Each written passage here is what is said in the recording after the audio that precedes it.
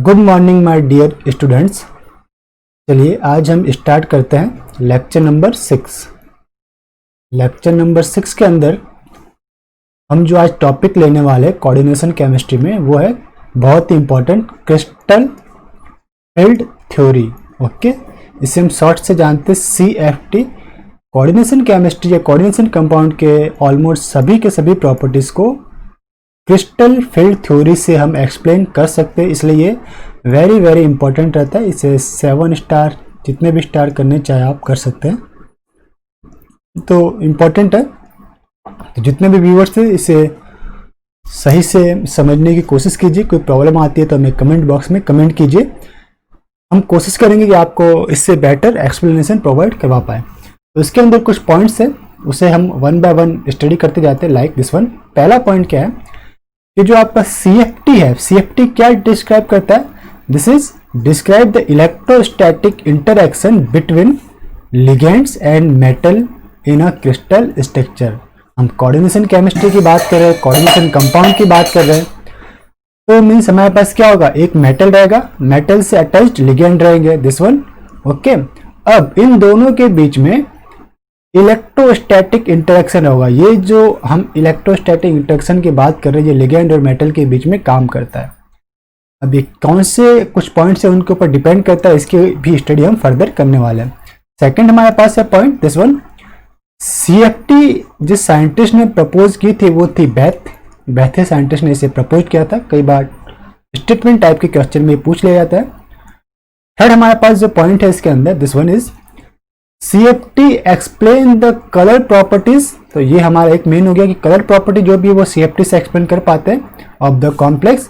And they also explain temperature dependent magnetic momentum, जो कि हमारा VBT थ्योरी थी। VBT theory temperature dependent magnetic moment को वो एक्सप्लेन नहीं कर पाया। VBT theory temperature dependent magnetic moment को एक्सप्लेन नहीं कर पाया था, बट CFT थ्योरी इसे एक्सप्लेन कर पाई, इसलिए ये बहुत ही इंपॉर्टेंट हो जाते हैं। तो point number 3 is the more important. Fourth point था हमारे पास this one is ligand act as a point charge, that means ligand containing filled orbital, this is the ligand, and metal containing vacant orbital or also some electron। इसका meaning क्या हुआ कि आपके पास एक metal ligand complex है, this one is metal ligand complex जो हम highlight कर रहे हैं इसको। अब इसके अंदर ये जो लिगेंड है इसको हाईलाइट किया मैंने एक्वा कलर से, जिसके जो ऑर्बिटल्स है वो क्या है, इलेक्ट्रॉन फील्ड है। तो ये इलेक्ट्रॉन फील्ड ऑर्बिटल है, दिस वन इज मेटल जिसको मैं हाईलाइट कर रहा हूँ पिंक से, this one is pink metal.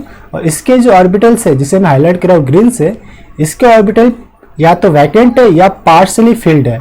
ठीक, इसलिए क्या होता है कि मेटल के ऊपर चार्ज रहता है, मेटल के ऊपर समथिंग डेल्टा पॉजिटिव चार्ज रहेगा और लिगेंड के ऊपर डेल्टा नेगेटिव चार्ज रहेगा। तो इसके बीच में क्या होगा, अट्रैक्शन होगा, जिसे हम कहेंगे इलेक्ट्रोस्टैटिक इंटरैक्शन। ओके, और इनके बीच में एक रिपल्सन भी आपको देखने को मिलता है। ये जो ऑर्बिटल्स हो इसके बीच में ये क्या देखने को मिलता है, ये रिपल्सन का साइन है, कुछ समथिंग रिपल्सन भी देखने को मिलता है, ये आपका रिपल्सन। अगर ऑर्बिटल में फील्ड इलेक्ट्रॉन होंगे तो रिपेल करेंगे, अगर वैकेंट है तो वो आपके इलेक्ट्रोस्टैटिक इंटरेक्शन उतना ही ज्यादा होगा। मीन्स अगर positive charge on metal gate increase implies electrostatic interaction जो है वो आपका इंक्रीज होगा। ओके, तो ये मुझे बताना था। फोर्थ पॉइंट इंपॉर्टेंट है कि ligand act as a point charge, उसके फील्ड ऑर्बिटल होंगे इसके पास। मेटल एक्ट एज अ क्या होगा, metal act as a vacant provide कराएगा, वैकेंट ऑर्बिटल प्रोवाइड कराएगा, और इन दोनों के बीच में इलेक्ट्रोस्टैटिक चार्ज होगा। मेटल के ऊपर डेल्टा पॉजिटिव चार्ज आप लिख सकते हो, लिगेंड के ऊपर डेल्टा नेगेटिव चार्ज लिख सकते हो। ये इलेक्ट्रॉन सफिशिएंट स्पीसीज रहेगी और मेटल इलेक्ट्रॉन डेफिशिएंट स्पीसीज रहेगा। तो इससे आपको इलेक्ट्रोस्टैटिक इंटरेक्शन के थ्रू कॉम्प्लेक्स बनेगा। अब कुछ ऑर्बिटल्स है जिसकी हमें अपकमिंग पोर्शन के अंदर बहुत ही इंपॉर्टेंट टर्म के रूप में से यूज मिलेंगे, तो वन बाय वन हम देख लेते हैं कि सबसे पहले s ऑर्बिटल जो रहता है, this one is orbitals, s orbital.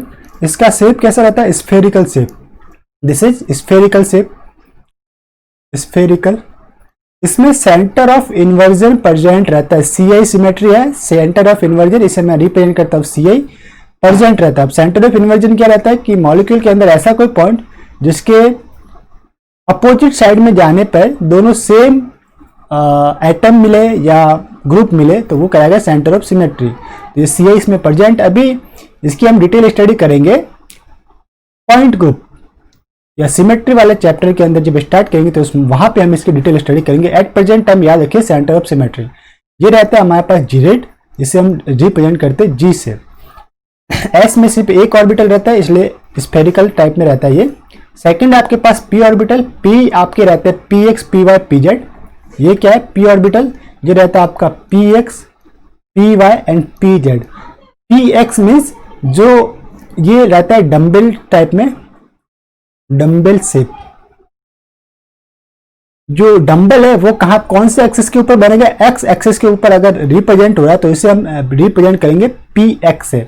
इसमें सेंटर ऑफ इन्वर्जन एब्सेंट रहता है, इसे हम रिप्रेजेंट करते हैं या कहते हैं अनजीरेट या शॉर्ट में लिखते हैं म्यू से यू से। ओके, अब है आपके पास d ऑर्बिटल। d ऑर्बिटल क्या होता है, double dumbbell, double dumbbell shape. Okay, d orbital कितने होते हैं, 5 होते हैं आपके पास। कौन कौन से एक बार रिप्रेजेंट कर देते हैं, dxy, dyz, dxz, dx square minus Y square and last one is dz square. तो इसे मैं रिप्रेजेंट कर देता हूँ ग्रीन से। This is the d orbitals. ऊपर वाला जो था वो क्या था आपके पास p orbitals, this one is p orbital. अब d ऑर्बिटल में भी देखिए अगर ये x एक्सिस है ये y एक्सिस है, x और y एक्सिस के अकॉर्डिंग या अलोंग अगर आपके पास डम्बल है तो वो कहलाएगा आपके पास dxy। इसी तरह x और z एक्सिस के अलोंग है तो dxz, अगर y और z के अलोंग है तो dyz। नीचे हम इसकी स्टडी करेंगे। इसमें centre of inversion CI present रहता है और ये रहता है जीरेट, तो d ऑर्बिटल जीरेट रहता है।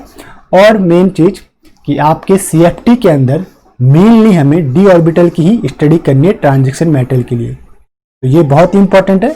मैं बता दूं ये है आपका जीरेट, सेंटर ऑफ इन्वर्जन प्रेजेंट है, जीरेट है। मुझे मेनली इसकी स्टडी करनी है CFT के अंदर, इसके लिए CFT के लिए तो इसे आप वेरी वेरी इंपॉर्टेंट हाईलाइट करके रखिए, ठीक है। अब आपके पास रहता है एक f orbital, this one is f orbital. f orbital कितने होते हैं, 7 रहते हैं। तो मैं इसका नाम नहीं लिख रहा बट मैं बता देता हूँ 7 सब ऑर्बिटल्स इसके पास रहते हैं। 1 2 3 4 5 6 7 टोटल इसके अंदर इलेक्ट्रॉन फिलिंग कितनी रहती है, 14 इलेक्ट्रॉन इसमें फिल हो सकते हैं और ये 7 ऑर्बिटल्स रहते हैं। इसका जो शेप रहता है, शेप कैसा रहता है, इसका रोजर शेप रहता है, याद रखिएगा लाइक अ रोज, ऊपर इसका रहता है रोजर शेप, रोज की तरह दिखता है लाइक दिस वन, लाइक नीचे भी आपका इसी टाइप से ये रहेगा, रोजर शेप की तरह रहता है, इसलिए हम कहते हैं इसे रोजर शेप। 1 2 3 4 5 6 7 8, तो इसमें से एक ऑर्बिटल आप किसी एक को आप मिटा दो तो रोजर शेप रहेगा। दिस वन को आप हाईलाइट कर दो तो आपको समथिंग, मैं ये सिर्फ टेम्पररी इसका शेप है, शेप इसका रोजर टाइप में होता है, स्टेटमेंट टाइप में पूछा जाता है, ये सही हो या गलत हो, मतलब ये जो मैंने अभी ड्रॉ किया है वो सेम आपको अदर बुक में दिखे ना दिखे ये अलग बात है, ठीक है। कई सारे बुक के अंदर ये शेप आपको अवेलेबल नहीं मिलेगा तो प्लीज उसको आप कंपेयर ना कीजिए, बस मुझे यहाँ पे आपको हाईलाइट करना है। रोजर शेप स्टेटमेंट टाइप के क्वेश्चन में पूछा जाता है, स्टेटमेंट टाइप क्वेश्चन में इसका वर्ड आता है। इसमें सेंटर ऑफ इन्वर्जन एब्सेंट रहता है, इसे अनजीरेट कहते हैं। तो ऑलमोस्ट हमने जो ऑर्बिटल्स थे उसके बारे में देख लिया। ऑर्बिटल क्या था S orbital, spherical shape, CI present, gerade, ठीक है। p orbital dumbbell shape, CI absent, ungerade. d orbital जो कि मेरा मोस्ट इंपॉर्टेंट है CFT के लिए, दिस इज डबल डम्बल, इसके अंदर सेंटर ऑफ इन्वर्जन प्रेजेंट रहता है, gerade. And f orbital centre of inversion absent, इसका रहता है रोजर शेप एंड अनजीरेट। अब मैं आता हूं शेप ऑफ ऑर्बिटल। कौन से ऑर्बिटल की बात करूं, शेप ऑफ ऑर्बिटल। दो टाइप के ऑर्बिटल आपके पास रहते हैं और चूंकि मैं CFT, अब दो टाइप के कैसे ऑर्बिटल रहेंगे, एक रहेगा आपके पास this one is axial orbital and other one is non-axial orbital. Axial orbital means the lobes along to the axis. जो आपका लोब होगा वो कैसा रहेगा, along to the axis, यानी एक्सिस के अकॉर्डिंग उनके लोब रहेंगे. इसे मैं रिप्रेजेंट करूंगा.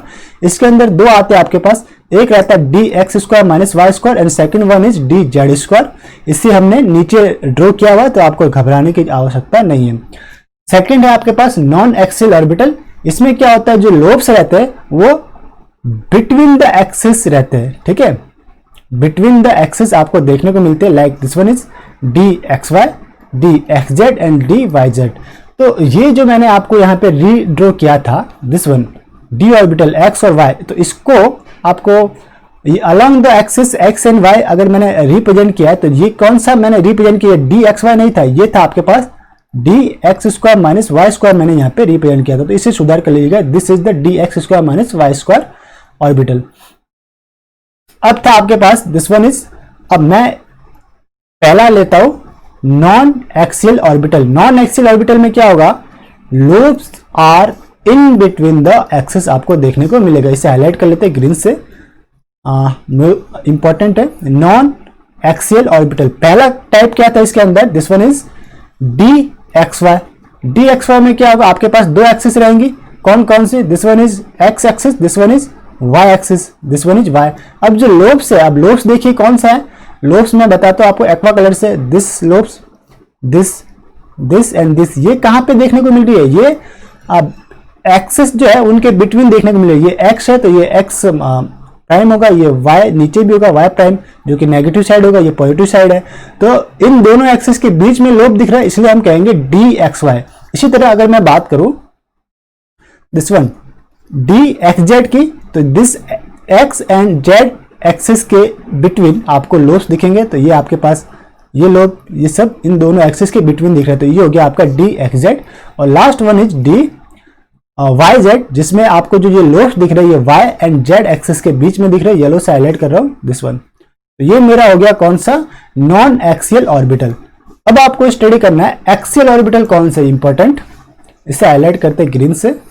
एक्सियल ऑर्बिटल में क्या होता है कि lobes are along the axis, जो आपके एक्सिस दे रखे like this one is x axis, this one is Y axis.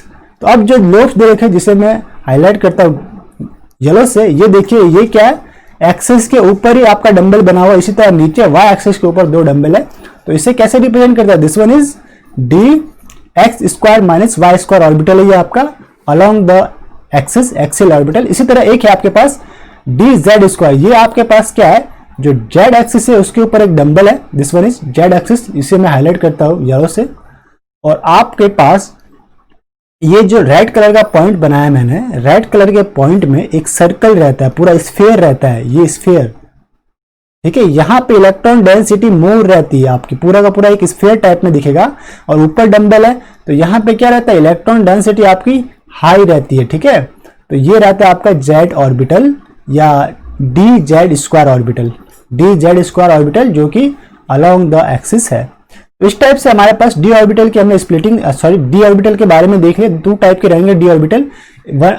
One is non axial orbital, second is axial orbital.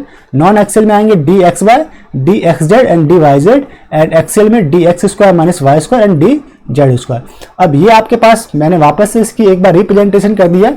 ये कोऑर्डिनेट है, कोऑर्डिनेट एक्सिस है, this one x axis, this y and this Z.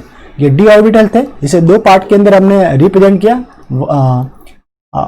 Up side is along the axis, this one d x square minus Y square and D Z square. And the other one is in between the axis and name of this orbitals are d x z. This one is d x, sorry first one is d x Z,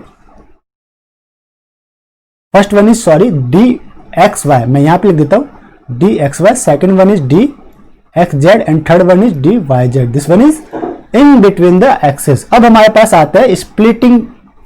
हमें देखना है CFT of octahedral complex. Once again मैं इसको highlight करता हूं green से. अब हमें CFT पढ़नी है main. CFT of octahedral, OH means octahedral complexes. अब ऑक्टाहेड्रल कॉम्प्लेक्स में क्या होता है कि देखिए ये एक कोऑर्डिनेट है, इसके बीच में क्या रहता है, मेटल रहता है। यहाँ पे अगर मैं शो करूं तो यहाँ पे कोई रहेगा आपका मेटल। मेटल की ये X Y and Z axis है। अब CFT में क्या होता है, ligand approach along the axis. अगर जो लिगेंड है अलोंग द एक्सिस आपको अप्रोच कर रहे हैं तो अलोंग द एक्सिस जो ऑर्बिटल्स थे like dx² minus Y square and dz², वो चले जाएंगे आपके हाई एनर्जी में। मोर इंपॉर्टेंट पॉइंट है आपके, ये किस में चले जाएंगे, हाई एनर्जी में। And in between the axis थे, इन बिटवीन एक्सिस कौन से थे,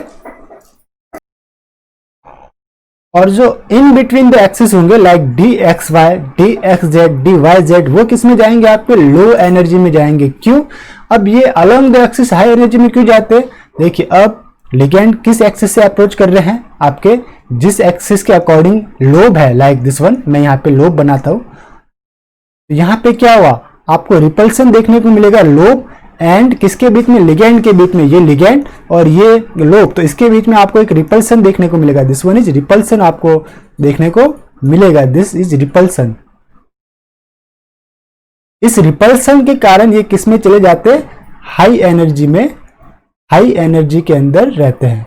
ओके, तो ये था आपका हाई एनर्जी के अंदर एग्जिस्ट क्यों करते हैं। अब है हमारे पास दिस वन, मैंने आपको बताया कि ये मेटल, हाईलाइट करता हूं मैं ग्रीन से, दिस मेटल, दिस लिगेंड, ये लिगेंड के फील्ड ऑर्बिटल है आपके पास येलो से, और दिस वन इज आपके पास मेटल के वैकेंट ऑर्बिटल। अगर मेटल के कुछ ऑर्बिटल के बीच में ऑर्बिटल में इलेक्ट्रॉन्स होंगे तो उसके बीच में ये रिपल्सन देखने को मिलेगा। हाई एनर्जी में अलोंग द एक्सिस क्या हो जाएंगे, फिर हाई एनर्जी में चले जाएंगे, तो इलेक्ट्रोस्टैटिक इंटरेक्शन आपके बीच में ये देखने को मिल रहा है। अब CFT के अंदर जो स्प्लिटिंग होती है उससे हमने समझना बहुत ही इंपॉर्टेंट है। This topic is very very important, very very important, इससे स्टार मार्क कर लीजिए, ठीक है।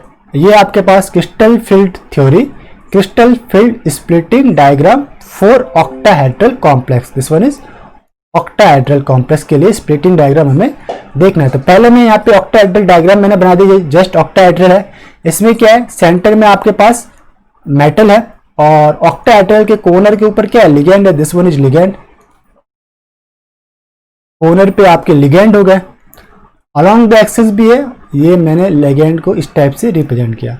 नॉर्मल अगर हमें बनाना होता है ऑक्टाहेड्रल तो हम कैसे बनाते हैं, this type, this is metal रहता है बीच में, कॉर्नर के ऊपर लिगेंड, ऊपर आपका लिगेंड, ठीक है। दिस मैं इसको बना देता हूं एल से। इसमें दो एक्सिस रहेंगे, ये रहेगा आपका एक्सियल और ये वाली जो पोजीशन रहेगी वो कहलाएगी इक्वेटोरियल। अब स्प्लिटिंग कैसे होगी, देखिए ऑक्टाहेड्रल है, लिगेंड कहां से अप्रोच करेंगे, अलोंग द एक्सिस अगर अप्रोच कर रहे हैं या इन बिटवीन द एक्सिस अप्रोच कर रहे हैं। सपोज कीजिए ऑक्टाहेड्रल में CFT देख रहे हैं तो अलोंग द एक्सिस अप्रोच कर रहे हैं। तो इनिशियल कंडीशन में क्या था आपके पास, जब कोई भी लिगेंड मेटल के साइड अप्रोच नहीं कर रहे थे तो उस समय डी ऑर्बिटल जो था वो था degenerate D orbital in free metal ion, ये कहलाएगा आपका फ्री मेटल आयन, यानी कि मेटल के ऊपर कुछ प्लस चार्ज है और मेटल के कुछ डी ऑर्बिटल है, वो कोई भी लिगेंड इसकी ओर अप्रोच नहीं कर रहा, तो जितने भी डी ऑर्बिटल है सारे के सारे सेम एनर्जी लेवल में होंगे, इसे कहते हैं डीजनरेट, सेम एनर्जी लेवल में। अब क्या हुआ, लिगेंड ने इसकी साइड अप्रोच करना स्टार्ट किया, दिस लिगेंड और कुछ और लिगेंड होगा, यहाँ पे अप्रोच करना स्टार्ट किया।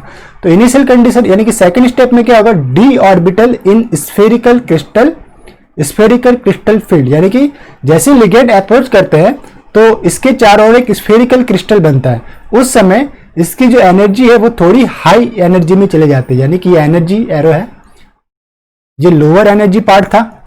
अब डी ऑर्बिटल कहां चले गए, हाई एनर्जी में चले जाएगा। अब क्या होगा हमारे पास, हाई एनर्जी में जाने के बाद अगर लिगेंड ज्यादा नजदीक आते हैं एक्सिस के तो इस समय ये डी ऑर्बिटल टू पार्ट के अंदर स्प्लिट हो जाएंगे। लोअर पार्ट जिसे मैं एक्वा कलर से शो कर रहा हूं इसे कहते हैं T2G, यानी triply degenerate orbitals, T2G, G means gerade है, okay, triply, this one is T2G, इसे कहेंगे ट्रिपली डीजनरेट ऑर्बिटल।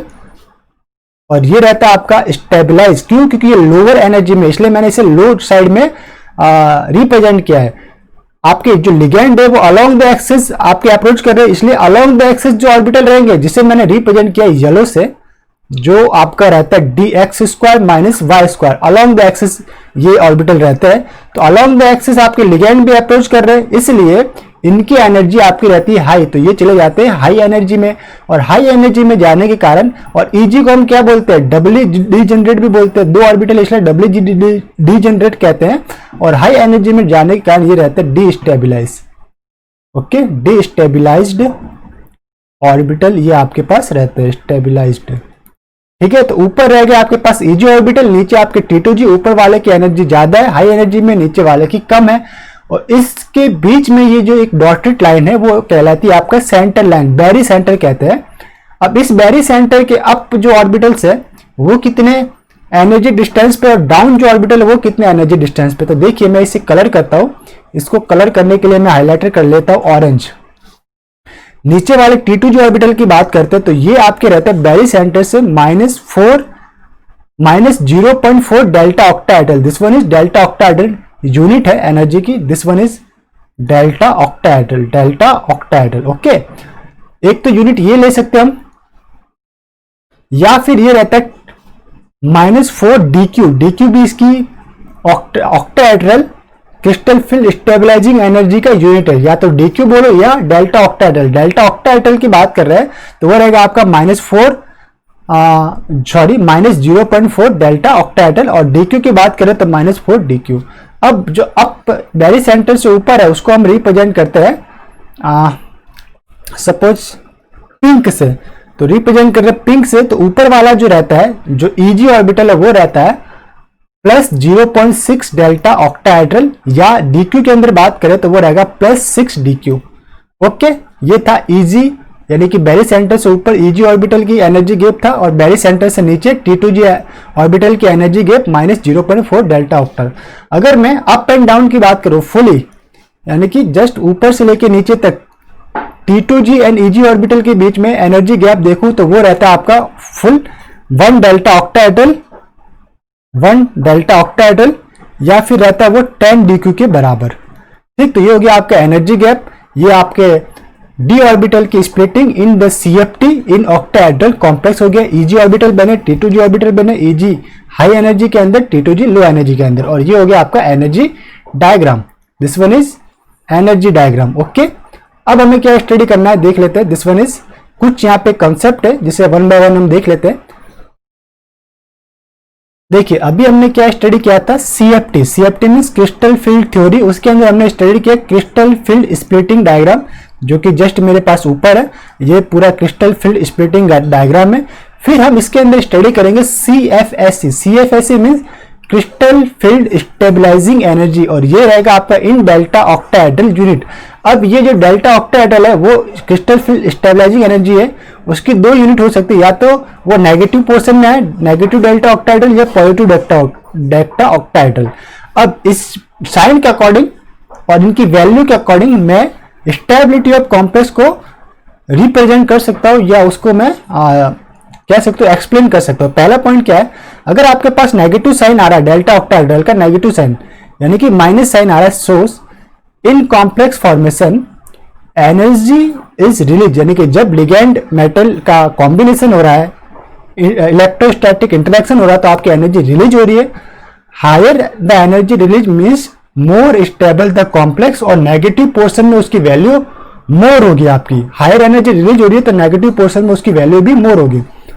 अब आपके पास अगर सपोज कीजिए कि CFSE की वैल्यू आपकी पॉजिटिव आ रही है, positive means plus sign means energy is given to complex for complex formation, means आपको ligand, this one is ligand and metal को कंबाइंड करने के लिए आपको कुछ एनर्जी देनी पड़ रही है। मैं इसे हाईलाइट कर रहा हूं पर्पल से, एनर्जी देनी पड़ रही है, इसलिए हम इसे, इसके लिए जो CFSE वैल्यू है वो प्लस के अंदर आती है, इसलिए ये क्या होता है, लेस स्टेबल कॉम्प्लेक्स रहते हैं। जितना हायर प्लस चार्ज उतना ही हम कह सकते हैं CFSE के अकॉर्डिंग वो लेस स्टेबल है। एक है आपके पास MP का हम यूज करते हैं, M.P का मीन्स रहता है mean pairing energy. Mean pairing energy क्या होता है कि हमारे पास अभी हम टाइप पढ़ेंगे कि CFT के अकॉर्डिंग कॉम्प्लेक्स कितने टाइप के होते हैं, एक होगा हाई स्पिन कॉम्प्लेक्स, लो स्पिन कॉम्प्लेक्स। तो लो स्पिन कॉम्प्लेक्स के अंदर कुछ एनर्जी रिक्वायर्ड होती है इलेक्ट्रॉन को पेयर करने के लिए ऑर्बिटल के अंदर। लाइक एक नॉर्मल ऑर्बिटल में क्या रहता है, अगर मेरे पास ये ऑर्बिटल्स है तो एक ऑर्बिटल में सबसे पहले मेरे पास एक इलेक्ट्रॉन भरे जाएंगे। अगर सेकंड इलेक्ट्रॉन अब नॉर्मली यहां पे भरा जाता है, थर्ड यहां पे, सपोज कीजिए कि सेकंड इलेक्ट्रॉन मुझे बिना सेकंड और थर्ड ऑर्बिटल में भरे हुए पहले वाले के अंदर ही भरना है, इसी के अंदर ऑक्यूपाइड करवाना है। तो इसे पेयर करवाने के लिए आपको एक्सटर्नल एनर्जी देनी पड़ेगी जो आपकी कहलाएगी मीन पेयरिंग एनर्जी। ओके, तो हमने यहाँ पे 3 वर्ड पढ़े, माइनस, प्लस एंड एम्प्टी का CFAC के अंदर किस टाइप से हमें एक्सप्लेन करना है और कॉम्प्लेक्स स्टेबिलिटी को हमें कैसे समझना है, वो इसके बारे में हमने अभी स्टडी किया।